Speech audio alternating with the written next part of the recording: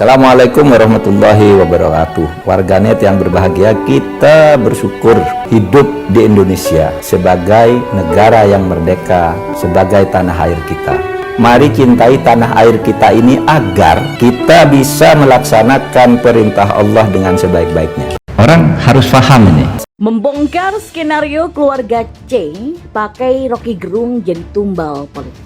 Dari dulu saya mikir, siapa sebetulnya sosok Rocky Gerung? Aktivis agama dia bukan, ya. Aktivis negara, bentar dulu. Aktivis demokrasi, nanti dulu. Profesor akademisi, nanti dulu. Tetapi keraguan saya itu dijawab oleh orang yang sekarang melaporkan. Banyak komunitas yang pada akhirnya sekarang melaporkan Rocky Gerung. Ternyata ada yang masuk akal. Dia menerangkan bahwa Rocky Gerung itu bagian daripada proksi untuk sengaja mengacak-acak Indonesia. Ya, kalau boleh saya menyebut, Rocky Gerung ini adalah sebagai provokator politik. Nah, mengapa saya katakan demikian? Ya, karena perkataannya selama ini sering kali memprovokasi masyarakat. Coba bayangkan, seorang presiden yang dipilih langsung oleh rakyat, lebih dari 85,6 juta suara, namun beliau dihina dan dicaci maki oleh seorang penjilat keluarga cendana yang bernama Rocky Gerung. Manusia yang bermulut sampah ini memang ya udaranya aneh-aneh gitu. Jadi sudah jauh di atas orang yang normal sebenarnya. Orang yang abnormal.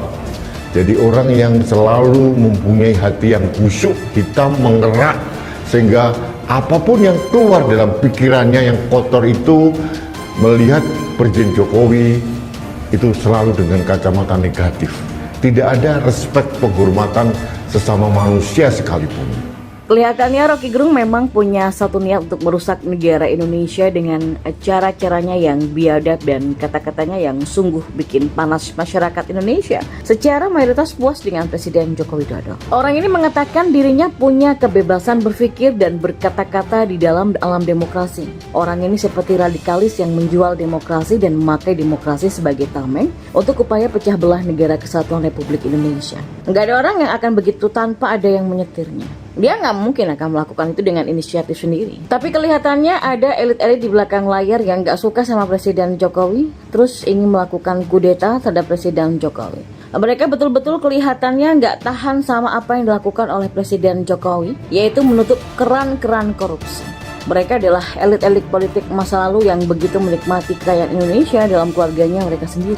Pasca lengsernya diktator terkorup abad 21, menurut sebuah media besar setelah 32 tahun berkuasa, mereka masih bisa menikmati kekayaan dari sisa-sisa uang yang ada. Dan mereka ini kelihatannya bisa mengontrol betul presiden-presiden saat itu agar bisnis mereka tetap langgeng dan uang mereka tetap ada. Tapi di era Presiden Joko Widodo semuanya berubah. Semua sistem menjadi begitu terbuka sehingga rakyat bisa menilai siapa sih yang baik, siapa yang jahat, dan siapa yang korupsi, dan siapa yang jujur. Inilah yang dikerjakan oleh Presiden Joko Widodo dengan luar biasa dan membuat mereka harus menggunakan Rocky Gerung untuk mengacak-ngacak sistem pemerintahan negara Indonesia lewat fitnahan-fitnahan dan umpatan-umpatan kotornya. Hal ini dilakukan oleh monyet-monyet macam Rocky Gerung karena kalau dalang-dalang yang langsung turun di dalam permainan ini, mereka bakal langsung disikat tanpa ampun oleh orang yang akan memberikan tongkat estafet kepada Ganjar.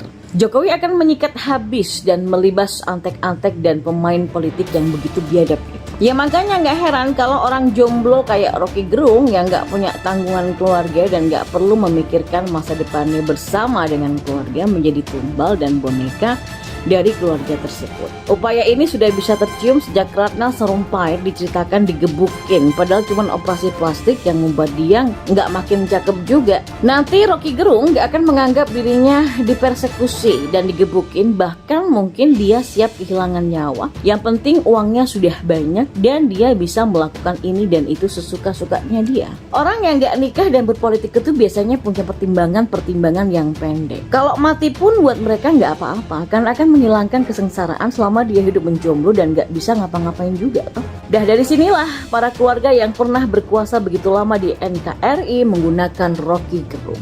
Dia tuh nggak bicara soal kebangsaan, tapi bicara soal kebangsatan. Dia berani berbicara sembarangan dan bahkan tidak mau minta maaf kepada Presiden Jokowi meskipun sudah dihina sebagai bajingan tolol. Jadi skenarionya mungkin begini, Rocky Gerung akan menjadi incaran seluruh rakyat Indonesia dan Rocky Gerung akan dipersekusi, mungkin bahkan harus kehilangan nyawanya. Ya minimal dia mukanya rusak deh, kayak Ade Armando waktu digebukin sama pendukungnya Prabowo. Kemudian akan ada gerakan-gerakan makar yang dilakukan oleh keluarga pendana Rocky Gerung.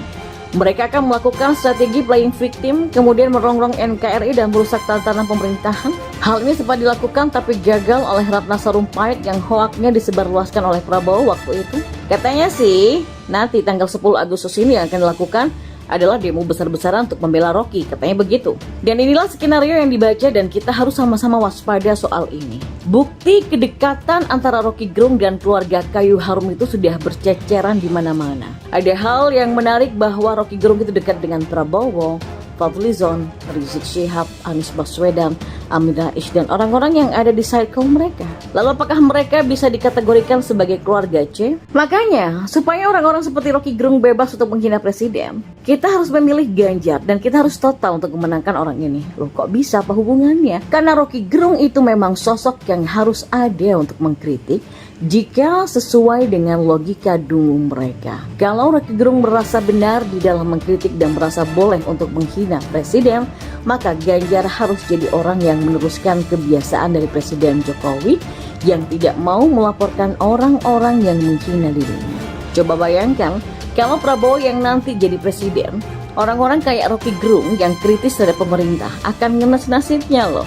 Nggak bisa berekspresi dan berpendapat dengan bebas menjadi sebuah hal yang akan kita hadapi jika bukan Ganjar yang menjadi Presiden Republik Indonesia di tahun 2024 nantinya. Kita justru harus melihat bahwa Rocky Gerung itu adalah aset bangsa yang harus tetap ada untuk mencontohkan bagaimana demokrasi itu diperjuangkan di negara ini oleh Presiden Joko Widodo dan orang-orang yang bisa disebut sebagai kader banteng. Menghina presiden dengan sebutan dan makian yang begitu kasar baru kali ini terjadi di era Presiden Jokowi dan nantinya akan diteruskan oleh Ganjar. Jadi ya kita anggap enteng aja kasus ini dan gak usah terlalu sibuk ngurusin kasus hukumnya si Rocky Gerung. Lagi pula juga orang ini kan anteknya cendara dan ekornya Prabowo yang justru menjadi faktor duri dalam daging toh. Sehingga nantinya Prabowo tidak mungkin menang karena orang-orang dekatnya adalah orang-orang macam si dungu ini. Bahkan ketika diklarifikasi, dia malah mengatakan bahwa sebutan yang ia lempar kepada Presiden Jokowi dianggap sebagai kesayangan Tuhan.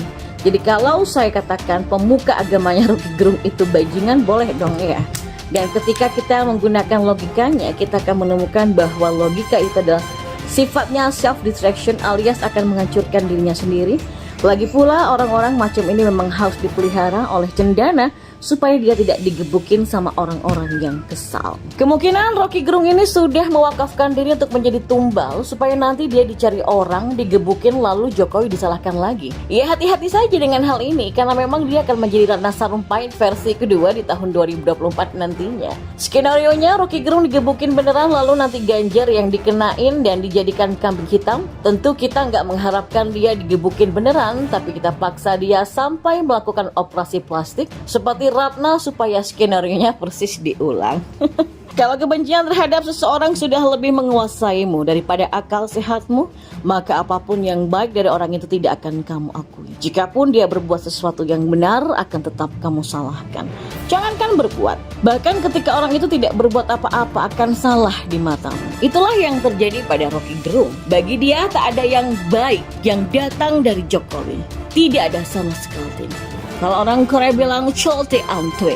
Ya, bukan saja soal kebijakan yang diambil oleh Jokowi, melainkan apapun itu. Mau itu soal keluarganya, mau itu urusan pribadinya, mau itu soal kebijakan pemerintah, mau apapun itu, selalu tidak benar di mata Rocky Gerung. Paling ringan sikap Rocky Gerung kepada Jokowi adalah nyinyir. Selain itu, semua adalah sebuah kesalahan. Kelihatannya Rocky Gerung memang punya satu niat untuk merusak negara Indonesia dengan cara-caranya yang biadab dan kata-katanya yang sungguh bikin panas masyarakat Indonesia. Secara mayoritas puas dengan Presiden Joko Widodo. Orang ini mengatakan dirinya punya kebebasan berpikir dan berkata-kata di dalam alam demokrasi. Orang ini seperti radikalis yang menjual demokrasi dan memakai demokrasi sebagai tameng untuk upaya pecah belah negara kesatuan Republik Indonesia. Nggak ada orang yang akan begitu tanpa ada yang menyetirnya. Dia nggak mungkin akan melakukan itu dengan inisiatif sendiri. Tapi kelihatannya ada elit-elit di belakang layar yang nggak suka sama Presiden Jokowi,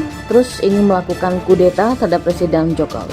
Mereka betul-betul kelihatannya nggak tahan sama apa yang dilakukan oleh Presiden Jokowi, yaitu menutup keran-keran korupsi. Mereka adalah elit-elit politik masa lalu yang begitu menikmati kekayaan Indonesia dalam keluarganya mereka sendiri.